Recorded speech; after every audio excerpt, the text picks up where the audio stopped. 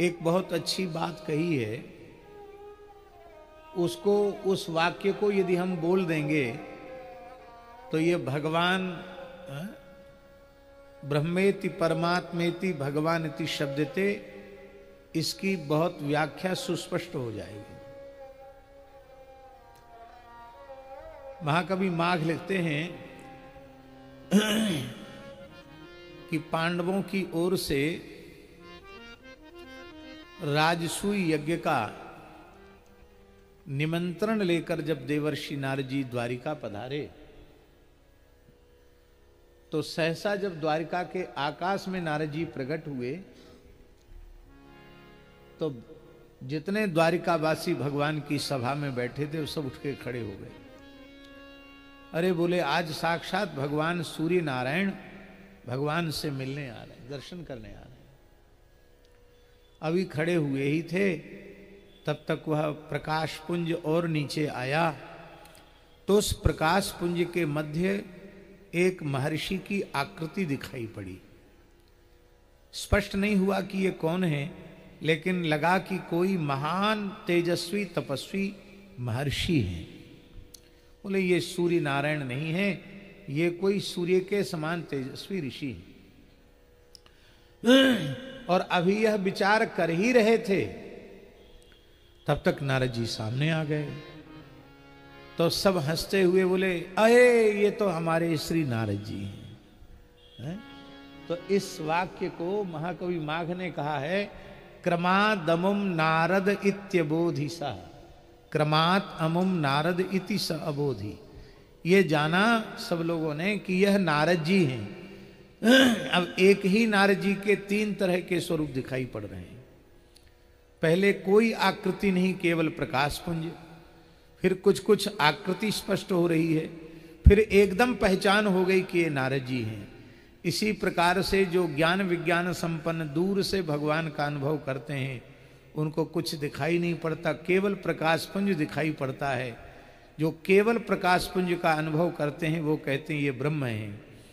जो और अधिक निकट पहुंचते हैं उपासक तपस्वी, तो वे कहते हैं कि ये जो है परमात्मा हैं, सर्वांतर्यामी, सबके प्रकाशक हैं, जगत प्रकाश से प्रकाशक राम हुए, सबके प्रकाशक परमात्मा हैं। और जब वे बिल्कुल भक्तों के दृष्टि पथ में आ जाते हैं, अरे ये तो हमारे भगवान हैं, ये तो हमारे श्री राम जी हैं, तो भगवान एक ही हैं, लेकिन भगवान का अत्यंत अत्यंत निकटता से अनुभव कराने वाली भक्ति ही है। गीता जी में भगवान ने स्पष्ट कह दिया अर्जुन से कि अनन्य भक्ति के द्वारा ही तुम्हें यह मेरा दुर्लभ दर्शन हुआ है। भक्त्या त्वनन्या शक्यम दृष्टुम एवं विधोर्जनो। इस प्रकार का जो तुम्हें मेरा दर्शन हुआ है, उसका मूल हेतु केवल और केवल भक्ति ही है।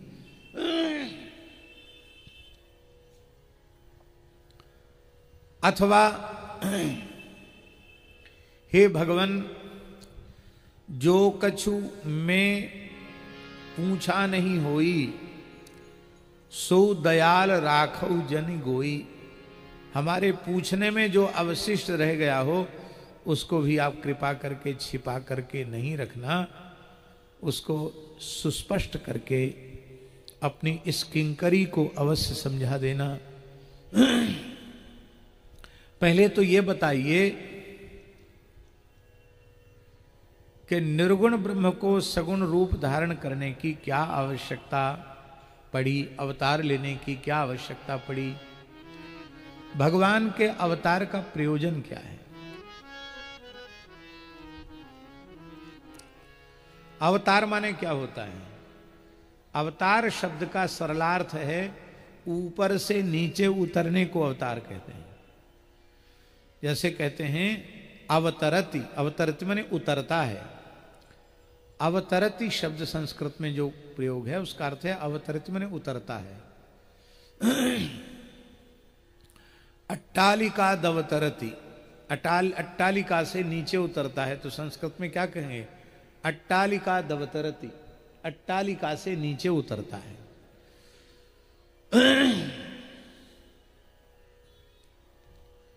सब तो नीचे से ऊपर जाना चाहते हैं और भगवान ऊपर से भला नीचे क्यों आने लग गए? उनको नीचे आने की क्या आवश्यकता पड़ गई?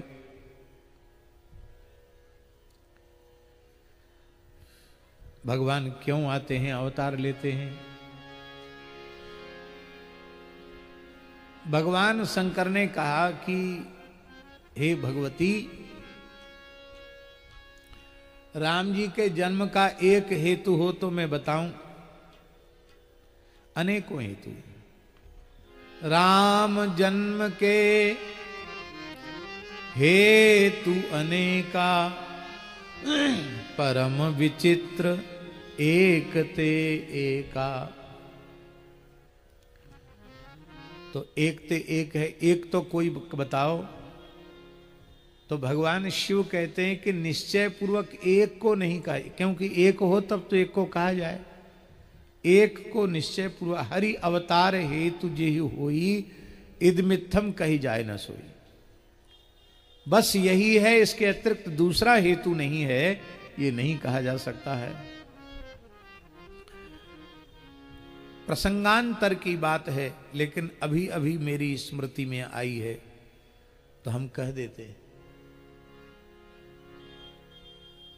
पंढरपुर की बारी यात्रा के लिए महाराष्ट्र की परम भक्ता सखू भाई अत्यंत व्याकुल हुई और पंढरपुर के पैदल यात्रियों के साथ वह चल पड़ी। ससुराल वालों को पता चला तो उसको पकड़ लिया गया, बड़ी पिटाई हुई और उसको खंभे से बांध दिया गया। वह रो रो कर कह रही थी, मेरे प्राण भले ही छूट जाएं, पर एक बार तो पंढरपुर में जाकर मैं श्री विठ्ठल प्रभु का वारी यात्रा में जाकर दर्शन तो करूं। बार बार रो रही थी। तो उस समय बहुत ध्यान दे करके सुने, उस समय स्वयं श्री पंढरीनाथ जी ही स्त्री बनकर के आ गए और सखूबाई के स्थल पर बन गए। स्त्री बन के क्या गए, सखूबाई बन के आ गए। बिल्कुल वैसी ही साड़ी, वैसा ही स्वरूप, नाक नक सिख तक वही स्वरूप। घर वाले पहचान न सके कि ये मेरी बहू है कि कोई दूसरी है, और उसे मुक्त कर दिया। और वो पंढरपुर में जाकर पंढरीनाथ जी का दर्शन करके ऐसी प्रेम विह्वल हुई कि उसने पंढरीनाथ जी के चरणों में अपने प्राणों का ही विसर्जन कर दिया, अपने प्राणों की भेंट चढ़ा दी। और गांव के लोग थे, क्षेत्र के लोग थे, उन्होंने चंद्रभागा के तट पर संस्कार भी कर दिया। अब सोचो, और इधर ठाकुर जी ही सखुबाई बन करके खंबे से बंधे हुए हैं।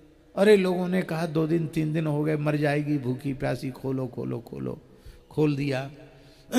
सब काम करने लगे, चौका बर्तन कपड़ा लत्ता धोना, रसोई बनाना, सास ससुर की सेवा करना, उस दुर्विनीत दुष्ट पति के भी चरण दबाना। अब देखो, ये सब विमुख जीव क्या अधिकारी हैं भगवान के संस्पर्श के। और जब श्री ठाकुर जी ही घर में टहल करने लगे तो घर का तो पूरा वातावरण ही बदल गया। सब परम साधु स्वभाव के हो गए, सबका लाड़ प्यार एकदम उड़ेल दिया गया बहू के ऊपर। सब बहू बहू, दिन रात बहू ही सबके तन मन प्राण में बस गई। सब सखूबाई को बहुत प्यार करने लगे। और इधर पंढरीनाथ जी के बिना रुक्मिणी जी का मन नहीं लगा। बोले ये तो गए सो गए, कहाँ गए भैया हैं? ये तो सखूबाई बने हुए सेवा कर रहे हैं। तब श्री भगवती महालक्ष्मी रुक्मिणी जी चंद्रभागा के उस स्थल पर गई जहां सखूबाई का संस्कार किया गया था। साक्षात भगवती जगत जननी महालक्ष्मी रुक्मिणी महारानी हैं। वो क्या नहीं कर सकती हैं, भगवान के समान ही सामर्थ्य रुक्मिणी जी में है। उन्होंने उसके भस्मावशेष से ही अपने संकल्प से पुनः सखूबाई को प्रकट कर दिया और कहा कि तुम जाओ और इधर सखूबाई वहां पहुंची और गांव के लोगों ने जाकर वहां खबर और कर दी कि तुम्हारी बहू वहां थी और वो पधार गई, उसका संस्कार कर दिया, क्योंकि इतने जल्दी सूचना देना और आप लोगों का आना संभव नहीं था। और इधर सखू भाई, अब जो नकली सखू भाई थी वो तो, नकली तो ठाकुर जी बने थे ना, वो अंतर्धान हो गए, वो असली सखू भाई आ गई। तब उन विमुखों को, गांव के लोगों को पता चला कि इतने समय तक पंढरीनाथ ही सखूबाई के रूप में प्रकट होकर के उन्होंने लीला की। अब बताइए, आप रामावतार कृष्णावतार का प्रयोजन तो बता दीजिएगा कि एक बार नारद जी ने साप दिया, या भृगु जी ने साप दिया, या सनकादिकों के कहने से भगवान ने अवतार लिया। अनेक पौराणिक प्रयोजन आप गिना दीजिएगा, लेकिन सखूबाई के लिए ठाकुर जी स्त्री बन गए, ये कहां से है? इसलिए इदमित्थम कही जाए न सोई। आगे गोस्वामी जी ने कहा, सो केवल भक्तन हित लागी। भगवान के अवतरण का हेतु केवल भक्त हैं। प्रेमियों को कृतार्थ करना, उन्हें प्रेमदान करना, उन्हें प्रेम पूर्ण प्रगाढ़ आलिंगन प्रदान करना, यही भगवान के अवतार का मुख्य प्रयोजन है। अब मुख्य प्रयोजन के साथ गौण प्रयोजन भी सिद्ध हो जाते हैं। अब प्रेमियों को प्रेमदान करने आए हैं तो फिर रावण कुंभकर्ण आदि का भी उद्धार कर देंगे, हिरण्यकशिपु हिरण्याक्ष का उद्धार भी कर देंगे, कंस आदि का वध भी कर देंगे, वो भी अवान्तर काम है। हमारे यहाँ व्याकरण में एक प्रयोग आता है, विद्यालयम गच्छ गाम चानय। तो मुख्य कार्य है विद्यालयम गच्छ। अब वहां से लौटते आओगे, गैया के घर लौटने का समय हो रहा हो तो गाय भी ले आना। दूसरा प्रयोग है ग्रामम गच्छन तृणम स्पृशति। गांव को जाता हुआ तृण स्पर्श करता है, तो तृण स्पर्श प्रयोजन नहीं है। ग्रामम गच्छन, गांव को जाना, यही उसकी गमन क्रिया का मुख्य प्रयोजन है। तृण स्पर्श प्रयोजन नहीं है। ग्रामम गच्छन तृणम स्पृशति के समान भगवान और जो अवतार के हेतु हैं उनकी भी पूर्ति कर देते हैं। वस्तुतः भगवान के अवतार का मुख्य कारण है अपने प्रेमियों को कृतार्थ करना। बोलो भक्तवत्सल भगवान की जय। आप सब लोगों को कंठस्थ है, कहने की आवश्यकता नहीं है। यदा यदा ही धर्मस्य ग्लानिर्भवति भारत अभ्युत्थानमधर्मस्य तदात्मानं श्रयाम्यहम्। परित्राणाय साधूनां विनाशाय च दुष्कृतां धर्म संस्थापनार्थाय संभवामि युगे युगे। इसकी टीका में आचार्यों ने साधु परित्राण को ही भगवान के अवतरण का मुख्य हेतु माना है। साधु परित्राण, परित्राण दो प्रकार का है। दुष्टों से रक्षा करना यह भी परित्राण है, और वो जो विरह ताप में अत्यंत संतप्त हो रहे हैं, बिना दर्शन के वे दरस बिन दूखण लागे नैन, ऐसी उनकी अवस्था हो चुकी है। तो उनको दर्शन दे करके, उनके आंसू पोंछ करके, उनको हृदय से लगा करके सबरी जैसी भक्ताओं को कृतार्थ करना, ये भी भगवान के अवतार का प्रयोजन है। और यही है वस्तुतः साधु परित्राण। क्योंकि भगवान सत्य संकल्प हैं, उनके संकल्प से अनंतानंत ब्रह्मांडों का संहार हो जाता है, तो क्या उनके संकल्प मात्र से असुरों का संहार संभव नहीं होगा? श्रीमद् वाल्मीकि रामायण में भगवान ने जब विभीषण को शरण में लिया, तो इस बात से बानर राज सुग्रीव जी बड़े क्षुब्ध हो गए। उनके मन में आया कि मैं बानर राज हूं और मेरे मंत्रियों से मुझसे सलाह ली गई, फिर हमारी एक भी बात मानी नहीं गई, किया अपने मन का गया। तो जब अपने मन का ही इन्हें करना था तो हमसे पूछने की क्या आवश्यकता थी? हम विरोध कर रहे होते कि नहीं तो बात अलग थी। हमसे पूछा भी और हमारी बात मानी भी नहीं। यह तो सबके बीच में मेरा घोर अपमान हुआ, तिरस्कार हुआ। और अभी तो युद्ध हुआ ही नहीं। अरे युद्ध की बात तो जाने दीजिए, अभी सबसे पहली समस्या है कि इतनी बड़ी वानरी सेना लेकर समुद्र पार करके लंका कैसे पहुंचा जाए, ये बहुत बड़ी समस्या है। इस समस्या का भी समाधान नहीं हुआ और शत्रु के भाई विभीषण को इन्होंने शरण में लेने की आज्ञा कर दी।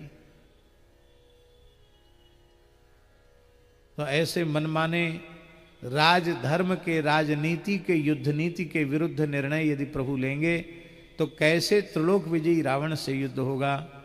हम बानर भालू अपने व्यर्थ में प्राण क्यों दें, जब इनको मनमाना करना तो अपने ढंग से कर लें। ये बात उनके मन में आई। प्रभु तो सर्वांतर्यामी है, भगवान समझ गए।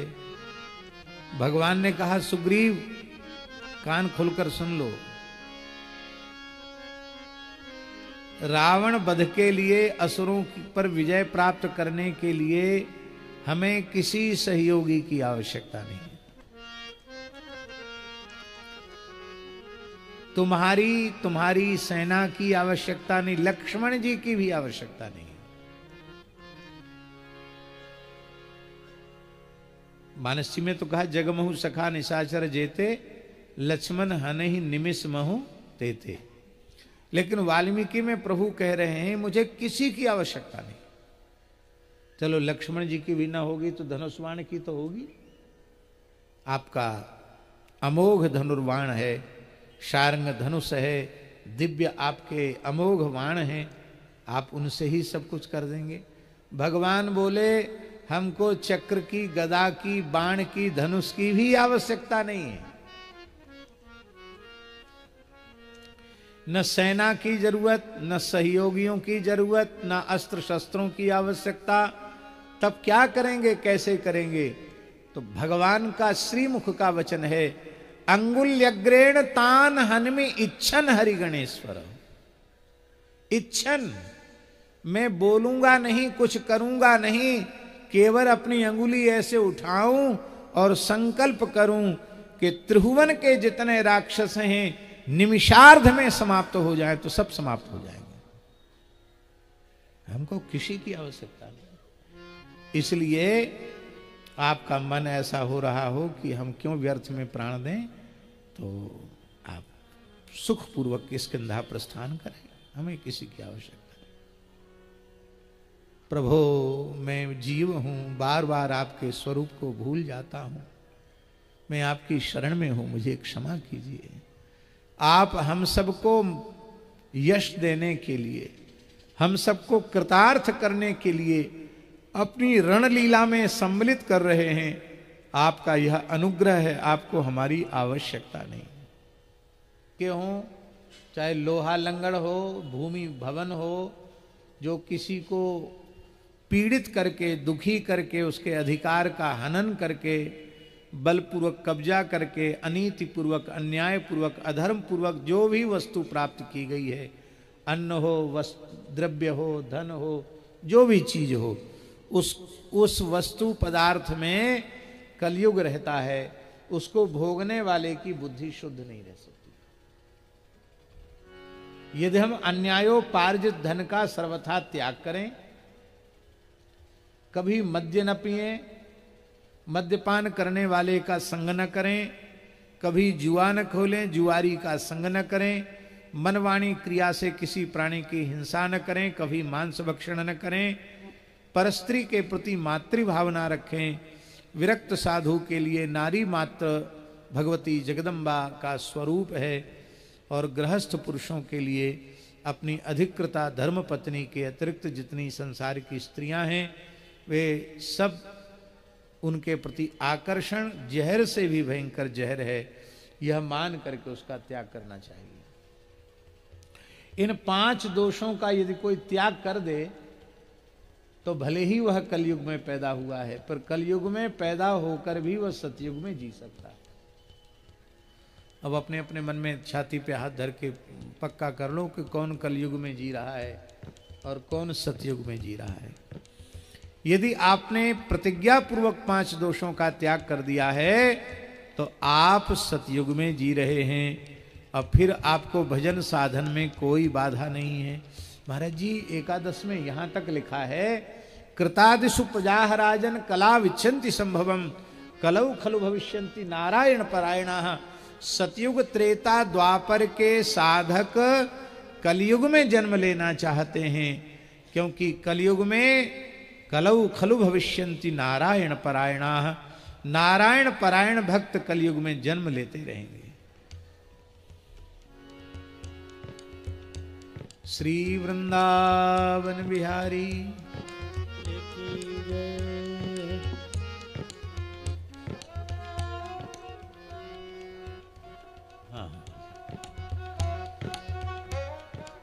भक्तमाल ग्रंथ में जिनका नाम है ना, प्रगट अमित गुण प्रेम निधि धन्य विप्र जिन नाम धर्यो, उन प्रेम निधि जी के वंशज हैं ये। और उनके जो सेव्य ठाकुर श्याम जी हैं, उनके प्रधान सेवक हैं आप। ये ठाकुर जी की बड़ी कृपा, पूज्य बक्सर वाले महाराज जी के आकर्षण से कैसी कैसी विभूतियां सहज आती, सब लोग पहचानते भी नहीं हैं कि कौन है, कहाँ के हैं, कैसे हैं। पर पूज्य महाराज जी का ऐसा दिव्य आकर्षण था कि वो सबको तो झरा न्योता देते थे, और सब उनके प्रेम के ही कारण यहाँ खिंचे हुए चले आते हैं। आज भी जो सब आए हैं वे सब पूज्य महाराज जी के प्रेम से ही खिंचे हुए यहाँ हैं। और महाराज जी यहाँ विराज रहे हैं, वे ही संपूर्ण उत्सव का संचालन कर रहे हैं। संपूर्ण उत्सव के सूत्रधार पूज्य महाराज जी ही हैं। उनके बिना किसी की सामर्थ्य नहीं है। ये साक्षात महाराज जी विराजमान होकर के सारा कार्य कर रहे हैं। तो सतयुग त्रेता द्वापर के साधक, सतयुग के साधक इसलिए कठोर कठोर तपस्याएं करते हैं कि हमारा कलयुग में जन्म हो जाए। त्रेता के साधक इसलिए बड़े बड़े श्रौत स्मार्त यज्ञ करते हैं कि हमारा कलयुग में जन्म हो जाए। द्वापर के साधक इसलिए बड़ी बड़ी आगमोक्त पूजाएं करते हैं, अर्चन करते हैं कि हमारा कलयुग में जन्म हो जाए। क्यों? बोले कलौ खलु भविष्यन्ति नारायण परायणाः। निश्चय ही भगवत परायण भक्त कलिकाल में जन्म लेते रहेंगे।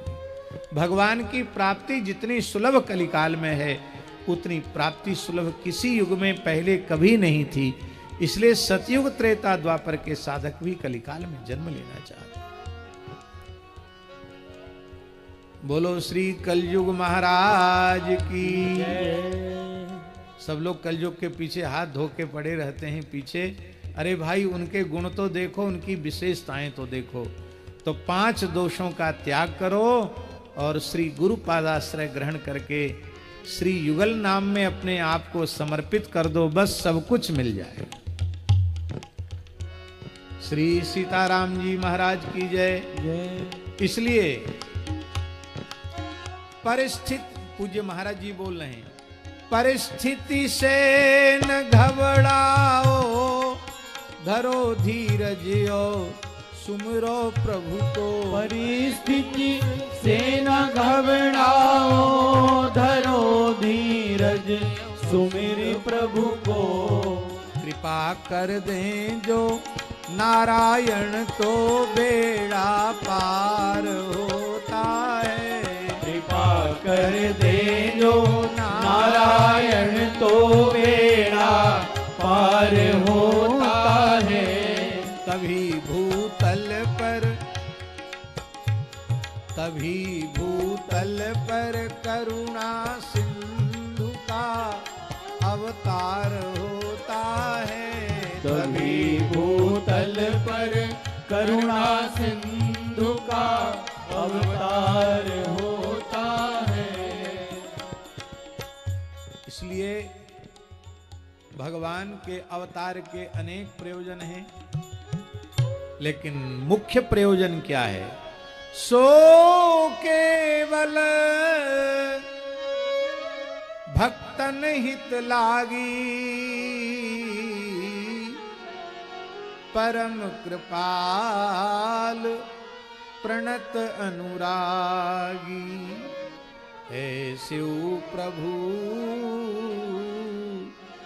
सेवक बस अहै, भगत हेतु लीला तनुगर। भक्तों के लिए ही भगवान का अवतार होता है। आप सबको पता है कि हिरण्यकशिपु जब ब्रह्मा जी की उपासना करके और तपोबल से दिव्य शक्तियों को प्राप्त करके बहुत शक्ति संपन्न हो गया और उसने पूरे ब्रह्मांड में तहलका मचाया, पूरे ब्रह्मांड को तहस नहस किया, हाहाकार मच गई। उस समय सब ब्रह्मा जी के पास गए, ब्रह्मा जी भगवान के पास गए। भगवान ने कहा धैर्य धरो, अभी थोड़ी सी मार और खाओ, कुछ दिन और सहो। का प्रभु कब तक सहे? बोले तब तक मैं अवतार नहीं लूंगा। कब तक? बोले निर्वैराय प्रशांताय स्वसुताय महात्मने प्रहलादाय यदा द्रुह्येत हनिष्येपि बरोर्जितम्। भगवान ने कहा प्रशांत निर्वैर महात्मा अपने पुत्र प्रहलाद से जब यह दुष्ट द्रोह करेगा तो ब्रह्मा जी ने चाहे जितने वरदान दे रखे हों, फिर मैं भक्तापराध सहन नहीं करता हूं, फिर मैं उसका वध अवश्य कर दूंगा। हनिष्येपि बरोर्जितम्। इसलिए भगवान जब जब अवतार लेते हैं तो भक्त वाणी ही सो प्यार है। नृसिंहावतार का प्रयोजन देवता और पृथ्वी व्याकुल होकर प्रार्थना कर रही, वो तो सब है ही,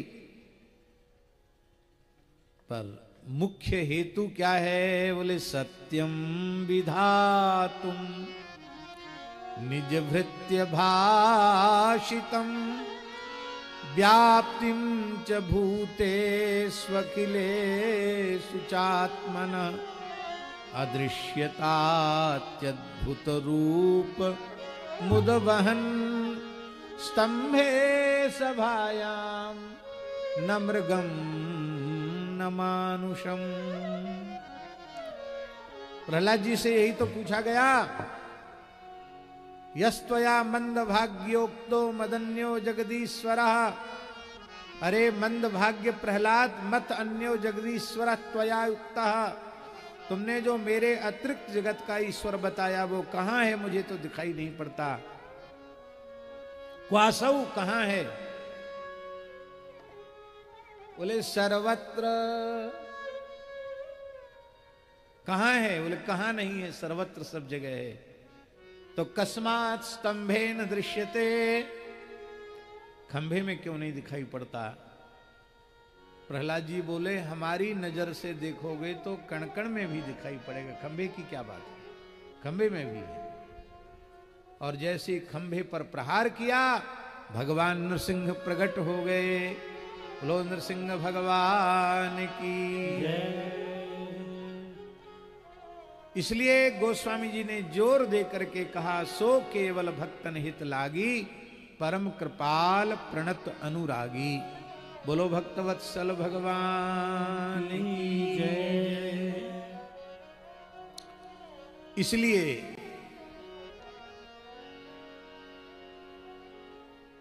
दूसरा भाव महाराज जी का, किसी प्रेमी का प्रभु से जब अनोखा प्यार होता है, किसी प्रेमी का जब प्रभु से अनोखा प्यार होता है, कभी अवतार लेने को प्रभु लाचार होता है, कभी अवतार लेने को प्रभु लाचार होता है।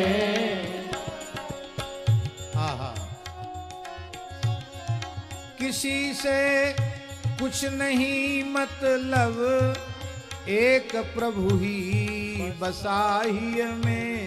किसी से कुछ नहीं मतलब, एक प्रभु ही बसाही में।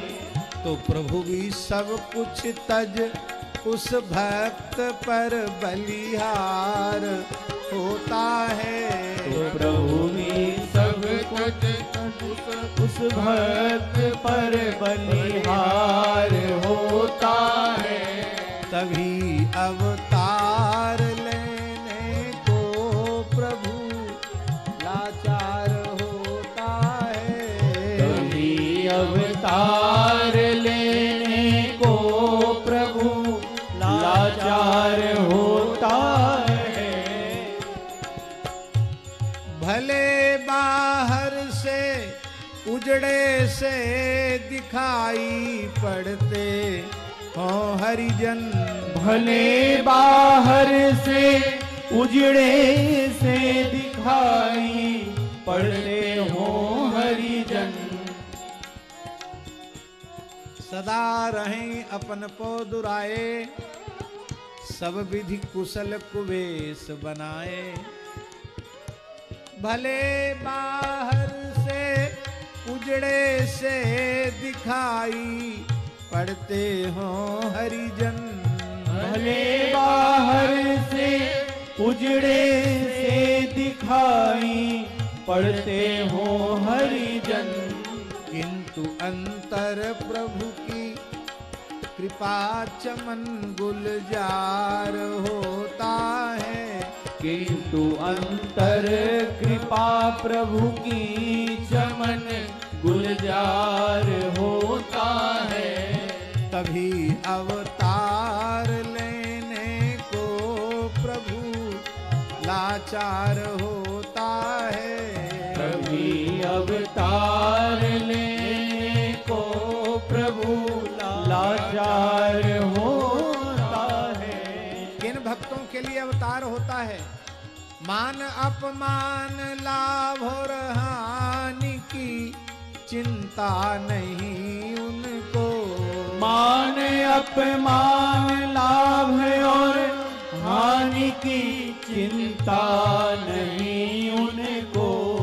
निछावर प्रभु पर सब परमार्थ और व्यवहार होता है। निछावर प्रभु पे सब परमार्थ और व्यवहार होता है। तभी अवतार लेने को प्रभु लाचार होता है। तभी अवतार लेने को प्रभु लाचार होता है। अंतिम पंक्ति, रहे विश्वास दृढ़ संतत भरोसा एक नारायण। रहे विश्वास दृढ़ संतत भरोसा एक नारायण। अकिंचन दीन दासों का कन्हैया यार होता है। अकिंचन दीन दासों का कन्हैया यार होता है। तभी अवतार लेने को प्रभु लाचार होता है। तभी अवतार लेने को प्रभु लाचार होता है।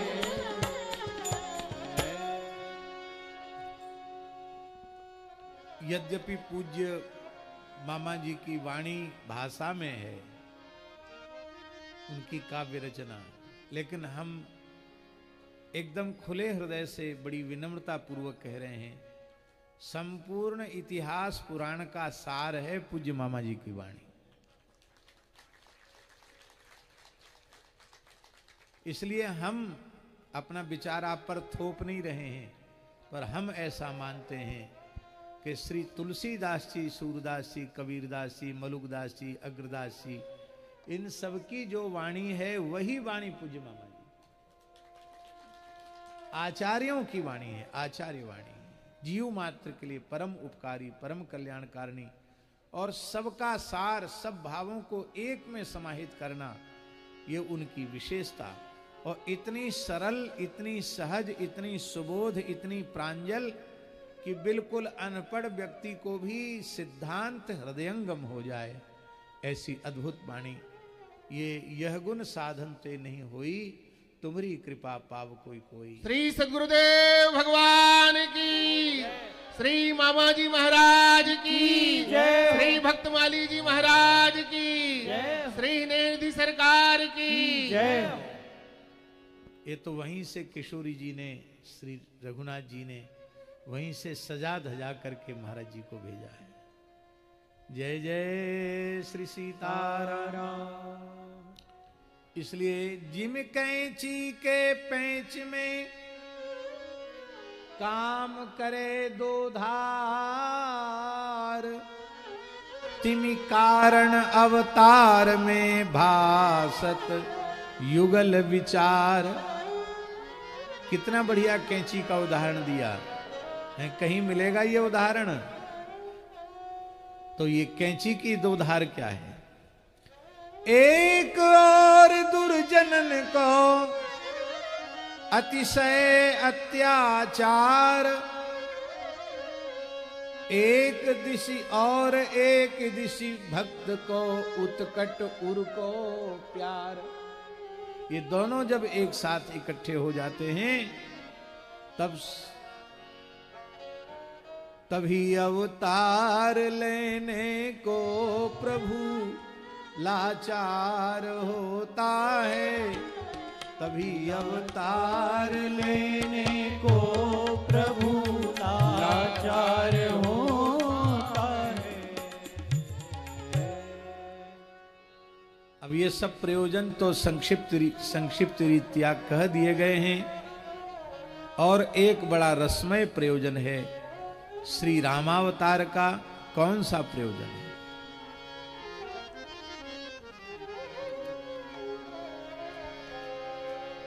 विवाह लीला का मनोरथ, दुल्लह वेश का मनोरथ। मेरे मिथिला देश में हरिधारे दुल्लह वेश, याते यही उपासना चाहिए हमें हमें।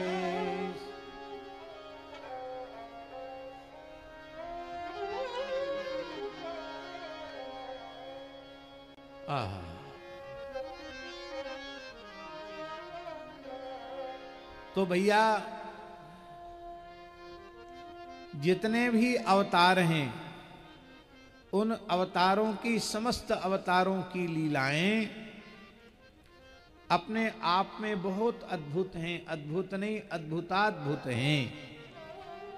किंतु जैसी विवाह की लीला का रस श्री रामावतार की लीला के काल में प्रकट हुआ, वैसा अन्यत्र दुर्लभ है।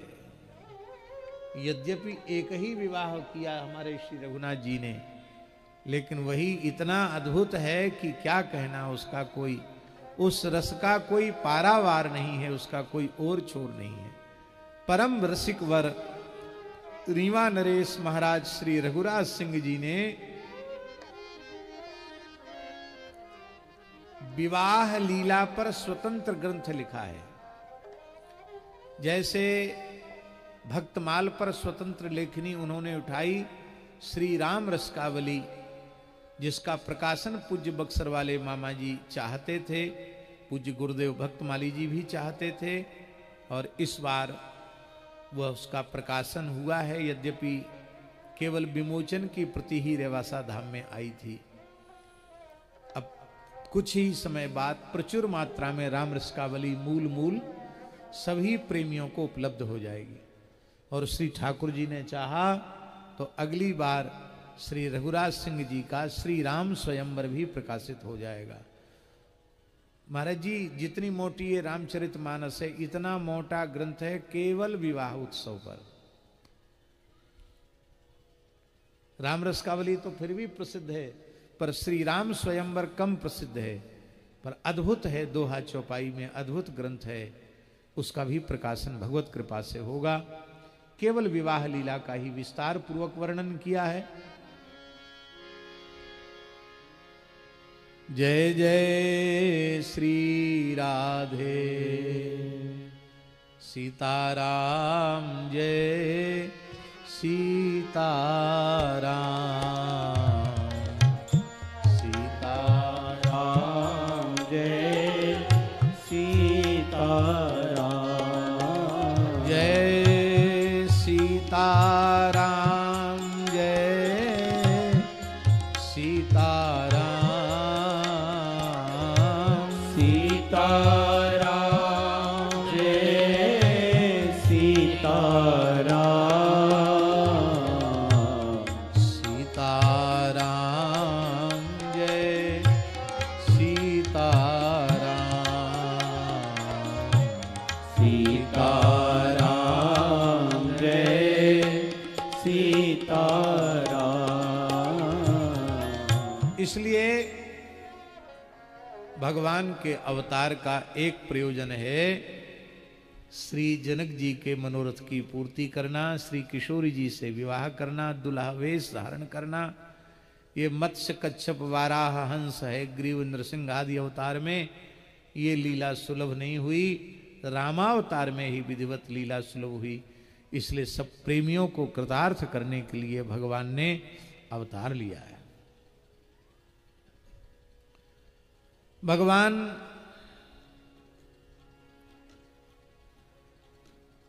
असुर संहार धर्म स्थापन अपने संकल्प से कर सकते हैं, पर श्री हनुमान जी बाट जो हो रहे हैं उसको संकल्प से पूर्ण कर सकते हैं क्या?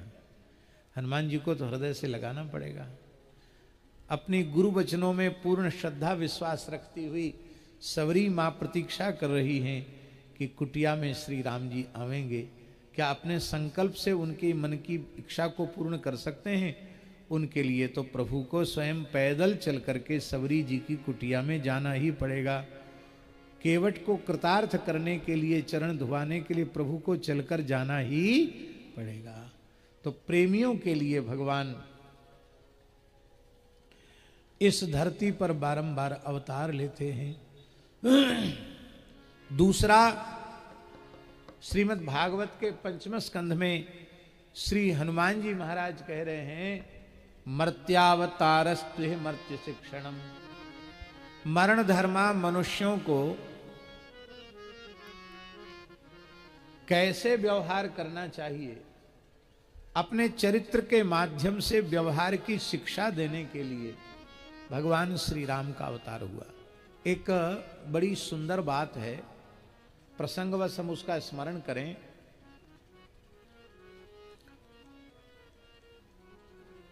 आप सब मानस प्रेमी अच्छी प्रकार से जानते हैं कि मनु जी महाराज, स्वयंभू मनु जी महाराज, उनके 2 पुत्र प्रियव्रत और उत्तानपाद, 2 पुत्र, और 3 पुत्रियां आकुति, देवहूति और प्रसूति। उत्तानपाद के का वंश भी परम पवित्र हुआ, जिसमें ध्रुव जी जैसे भक्त प्रकट हुए। उसमें भी भगवान का अवतरण हुआ।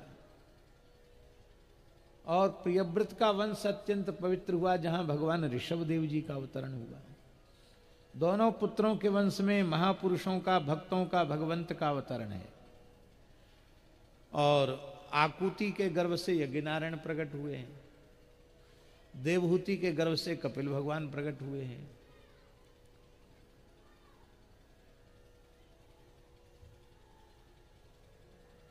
प्रसूति की जो कन्याएं हुई हैं, 16 कन्याएं, उनमें मूर्ति के गर्भ से भगवान नारायण प्रकट हुए हैं। तो हम कहना ये चाहते हैं, पुत्रों के वंश में भी भगवान का अवतार, और पुत्रियों के वंश में, मान मनु जी के दौहित्रों के वंश में भी भगवान का अवतार।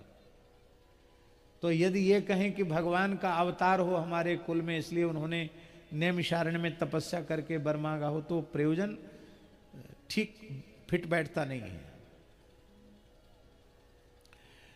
जिस वस्तु की प्राप्ति न हो, जिसका अभाव हो, उसकी याचना प्रायः की जाती है। पर मनु जी को अभाव तो है नहीं। फिर यह क्यों कहा, चाहूं तुम ही समान सुत प्रभुसन कवन दुराव।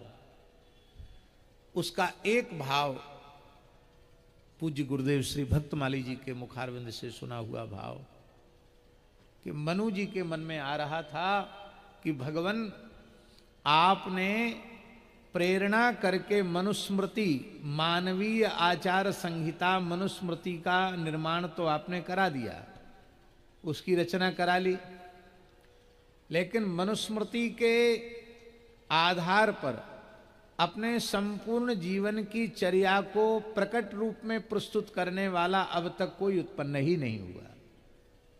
लोग कहेंगे ऐसा क्या संविधान बनाए जिसको कोई अक्षरशः पालन ही न कर पावे, ऐसी क्या मानवीय आचार संहिता बनाई।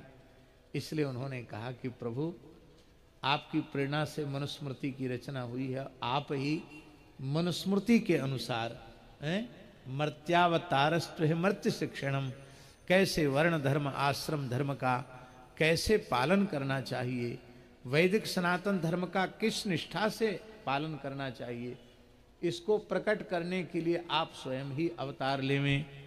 तो यही है भगवान का मर्त्य शिक्षण। और जैसा मर्त्य शिक्षण भगवान ने श्री रामावतार में किया है, वैसा उदाहरण अन्यत्र अत्यंत दुर्लभ है। राम जी की दिनचर्या,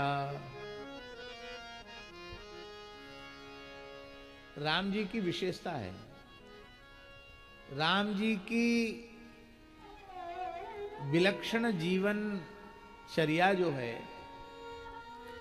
प्रातः काल से जगने से लेकर सोने तक, सोने से लेकर जगने तक प्रत्येक राम जी की व्यवहारिक क्रिया का अत्यंत श्रद्धा पूर्वक अनुकरण किया जा सकता।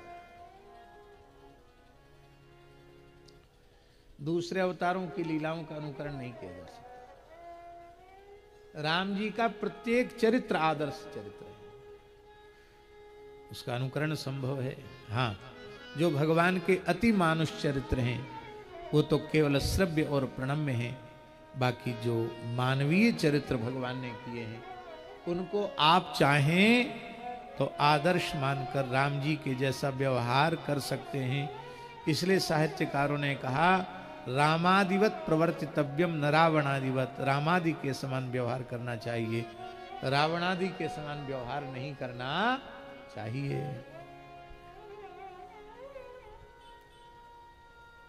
प्रत्येक बात राम जी की आदर्श है। माता पिता के प्रति उनका कर्तव्य, उनकी श्रद्धा, उनकी आज्ञा का पालन, पत्नी के प्रति, भाई के प्रति, प्रजा के प्रति, ब्राह्मणों के प्रति, यहां तक कि शत्रुओं के प्रति भी। वाल्मीकि रामायण में बड़ी विचित्र बात लिखी है कि रावण वध के पश्चात विभीषण ने भगवान से पूछा कि प्रभु, रावण के संस्कार के संबंध में आपकी क्या आज्ञा है। तो भगवान श्री राम वहां बोल रहे हैं विभीषण से, विभीषण तुम क्या बात बोल रहे हो, रावण का संस्कार राजकीय सम्मान पूर्वक वैदिक पद्धति से उस पवित्र कुलीन ब्राह्मण का संस्कार होना चाहिए। क्यों? खूब ठाट वाट से रावण का अंतिम संस्कार करो। भगवान श्री राम आज्ञा दे रहे हैं। वो कहते हैं कि मरणांतान वैराणी निर्वृत्तम न प्रयोजनम। वैर जो होता है वो तब तक होता जब तक मनुष्य जीवित है, मरने के बाद हमारा क्या बैर, वो भी एक विशेष हेतु को लेकर के था, उसकी पूर्ति हो गई। तो जैसे रावण तुम्हारा भाई है तथा मम यथा भ्राता, जैसा तुम्हारा भाई है ऐसा रावण इस समय मेरा भी भाई है, और मेरी ओर से प्रतिनिधि के रूप में लक्ष्मण जी उसकी अंत्येष्टि में सम्मिलित होंगे। शत्रु के प्रति ऐसी उदारता रखने वाला राम जी के जैसा और दूसरा कौन होगा। इसलिए मर्त्यावतारस्त्विह मर्त्य शिक्षणम रक्षो बधायैव न केवलम विभो। राम जी के चरित्र में मातृदेवो भव, पितृदेवो भव, आचार्य देवो भव, अतिथि देवो भव, सब कुछ राम जी के चरित्र में दिखाई पड़ जाता है। प्रातः काल उठी के रघुनाथा, मातु पिता गुरु नावै माता। प्रातः काल सरयू करीम जन, बैठहि सभा संग द्विज सज्जन। वेद पुराण वशिष्ठ बखानहि, सुनहि राम यद्यपि सब जानहि। सकल शौच करि जाय नहाए, सकल शौच करी जाय नहाए। नित्य निवाही मुनि सिर नाए, नित्य निवाही मुनि सिर नाए। प्रातः काल उठते ही माता पिता गुरु के चरणों में प्रणाम करते हैं। फिर सविधि सरयू जी में स्नान करके प्रातःकालीन संध्या वंदन तर्पण आदि करते हैं। फिर संतों की सभा में बैठते हैं। वहाँ वेद पुराण इतिहास पुराण की चर्चा वशिष्ठ जी करते हैं। और राम जी बड़ी श्रद्धा पूर्वक श्रोताओं की दीर्घा में बैठ करके हाथ जोड़कर मस्तक झुका करके श्रवण करते हैं।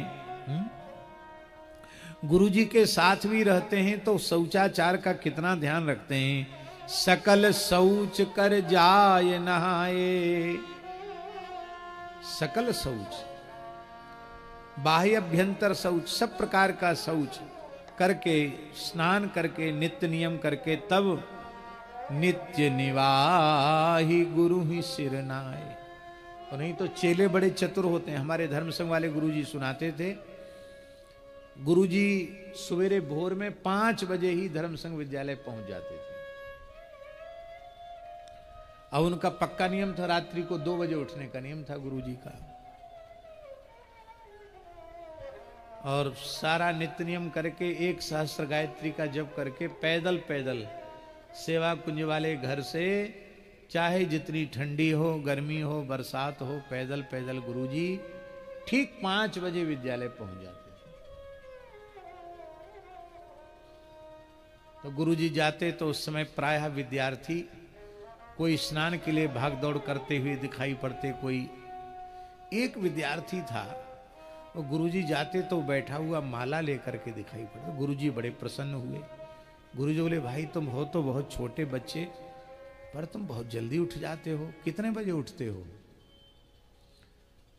तो बोले, गुरुजी हम उठते तो आपके आने से 10 मिनट पहले उठते हैं हम।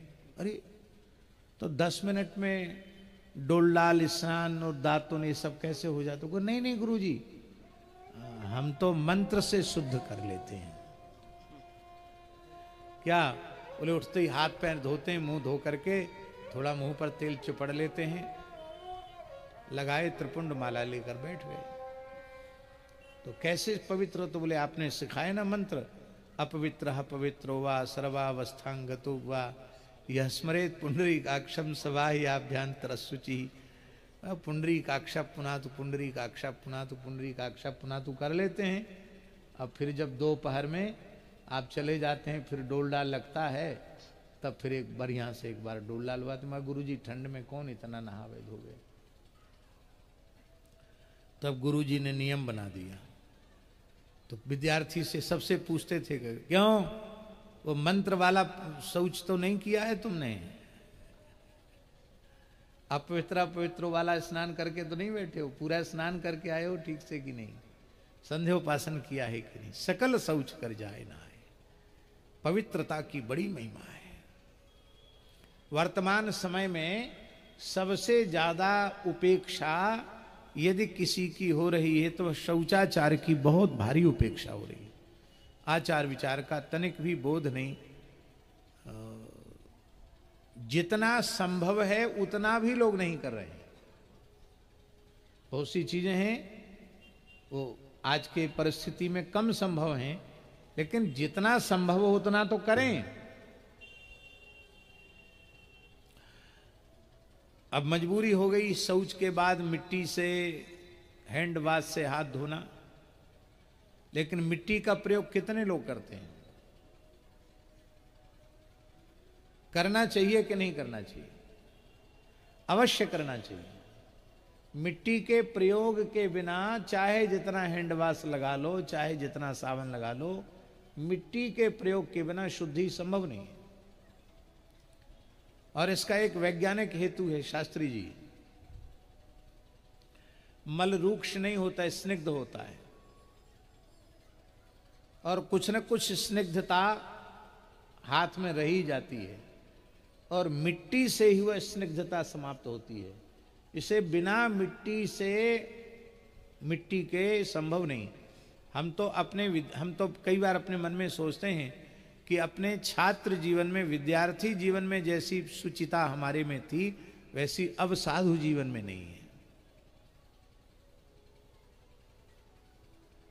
खुले में जाना क्रिया के लिए, और कम से कम 3.5-4 किलो पानी लेकर के शौच के लिए जाना, और वहां से बढ़िया आधा कमंडल मिट्टी खोद के लाते थे, बढ़िया, उससे खूब शुद्धि करते थे।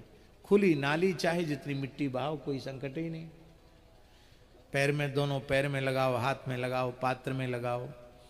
अब ऐसे बाथरूम बन गए हैं कि उनमें आधा कमंडल मिट्टी आप लगाओगे, एक सेर मिट्टी लगाओगे तो थोड़े दिन में लोग हाथ जोड़ लेंगे, महाराज पेड़ के नीचे रहो, अब घर में रहने की जगह नहीं। परिस्थिति ऐसी आ गई। लेकिन फिर भी हम मिट्टी अवश्य रखते हैं, और एक बार कम से कम पर्याप्त मिट्टी शुद्धि में जो होनी चाहिए वो एक बार जरूर लगाते हैं। अब तुम्हारा बाथरूम चौक होए तो होए, मत ठहराओ अपने बाथरूम में, मत ऐसी जगह में रुकाओ, लेकिन बिना मिट्टी के शुद्धि संभव नहीं।